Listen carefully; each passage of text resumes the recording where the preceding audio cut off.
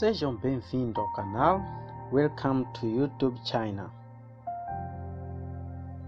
Muitos de vocês já se depararam com o fato de constatar que alguém que era tão admirado ou que você admirava como o mais inteligente da turma ou da escola chumba no exame de admissão da universidade e talvez o mais fraco da turma admite na tão temida universidade? Para nós em Moçambique, a maioria de jovens que terminam o ensino pré-universitário anseiam entrar na maior universidade do país, neste caso, a Universidade Eduardo Mondlane. Contudo, devido ao número limitado de vagas por cada curso, muitos alunos em que o seu contexto escolar foram prestigiados com a fama de melhores estudantes, com melhores notas no certificado, não conseguem admitir na tão prezada maior universidade. Meu nome é Samuel Taquana e hoje vou falar das possíveis hipóteses que fazem com que os bons estudantes não adquiram melhores resultados nos exames de admissão. Fiz uma análise baseada no que experimentei e no que tenho visto.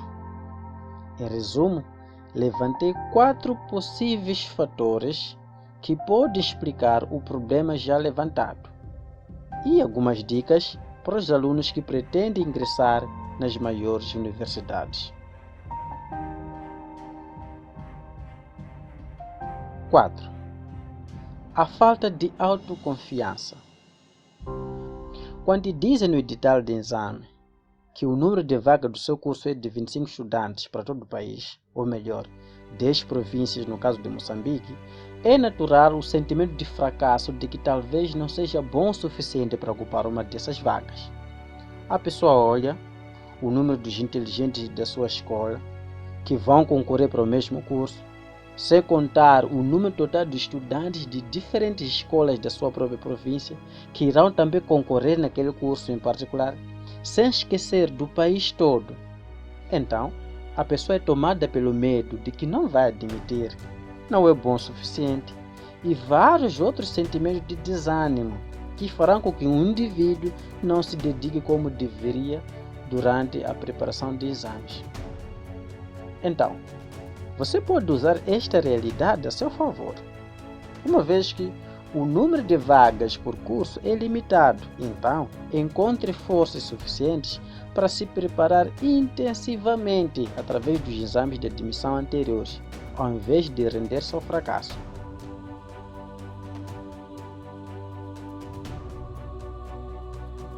Número 3. A autossuficiência demasiada e falta de preparo.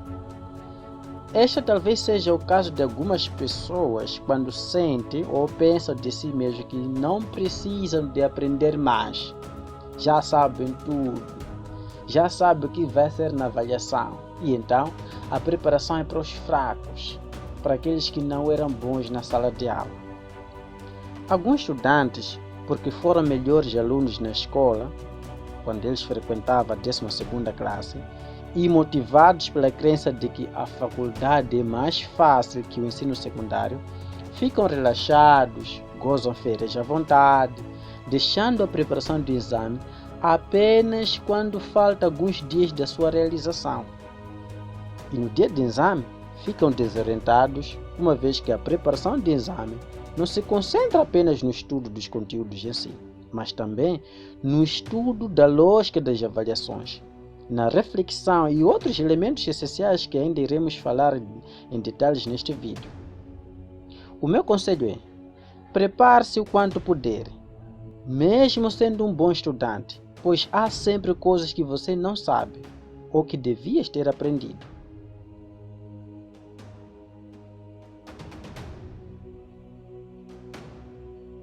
Número 2. Distribuição de vaga por província.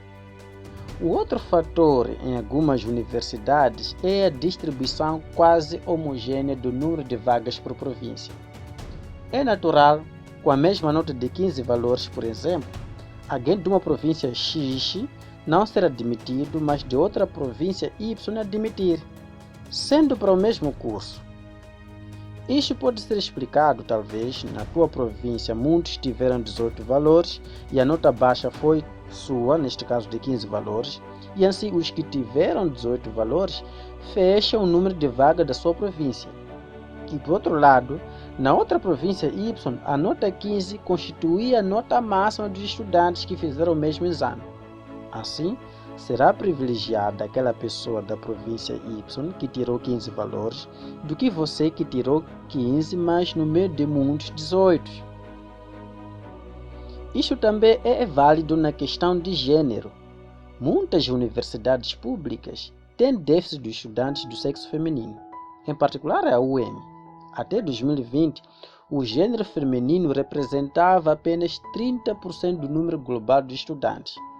Então, como forma de equilibrar a questão de gênero, o exemplo da nota 15, essa vaga será privilegiada a uma estudante, ao invés de um macho.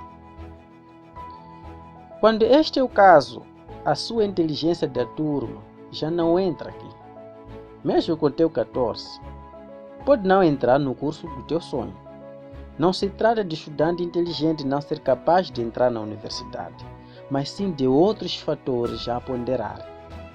A dica para alguns é de se candidatar através de uma província que poucos concorrem para aquela universidade em particular. Neste caso, por exemplo, a chance de um bom estudante entrar na UEM se concorresse através da província de Niassa é diferente se concorre através da província de Maputo.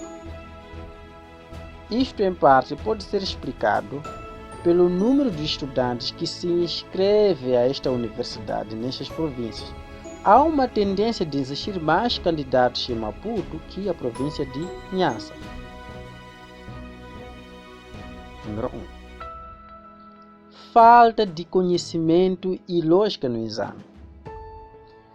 Este considero como a principal razão de uma pessoa que, mesmo com todo o domínio dos conteúdos, neste caso, o chamado inteligente, entre aspas, talvez caia na armadilha de não admitir. Para estudantes que moram nos distritos, poucos têm acesso de informação valiosa que lhes ajude a preparar para os exames de maneira condigna.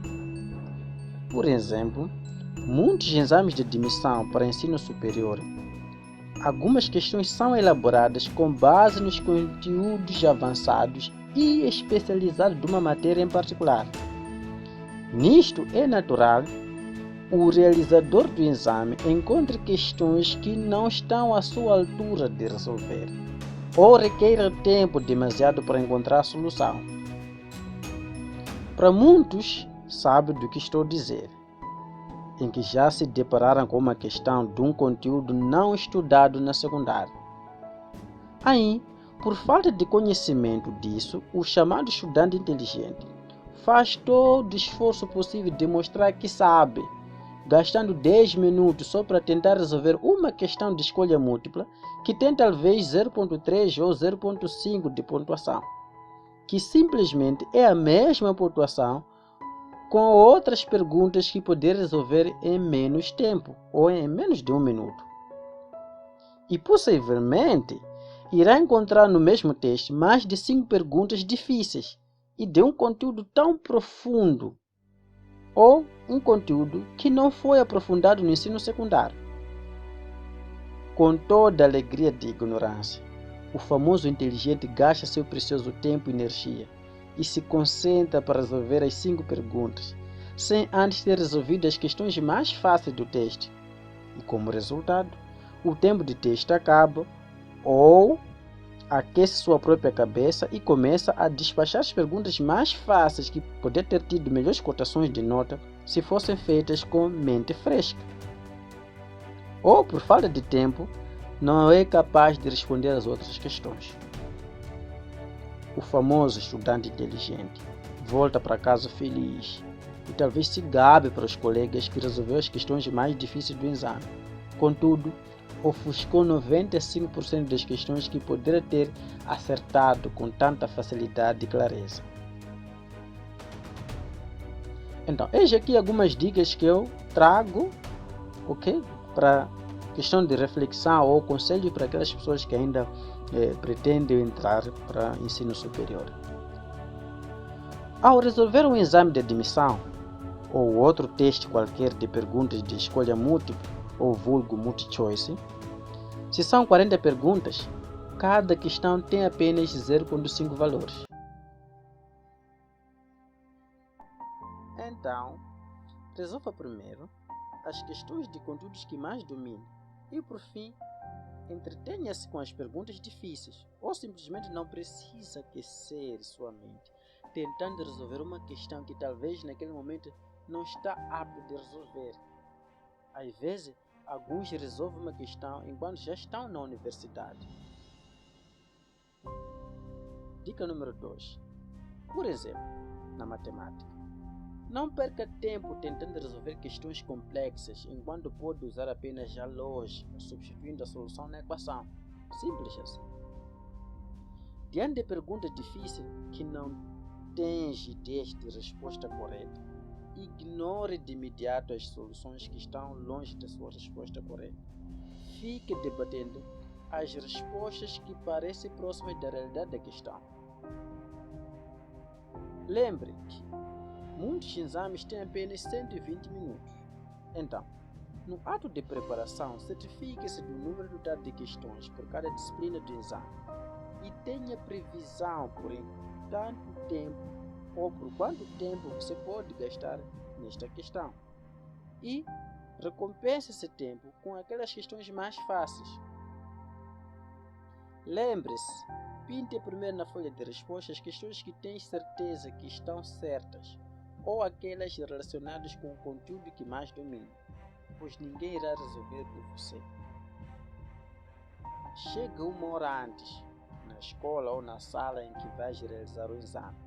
Isso ajudará a reduzir a sua tensão e acalmar a sua mente. E por fim, prepare-se o suficiente e estude a lógica de resolver as questões. Bom, muito obrigado por assistir e acompanhe os próximos conteúdos deste canal, se inscrevendo e dando seu like no vídeo. Até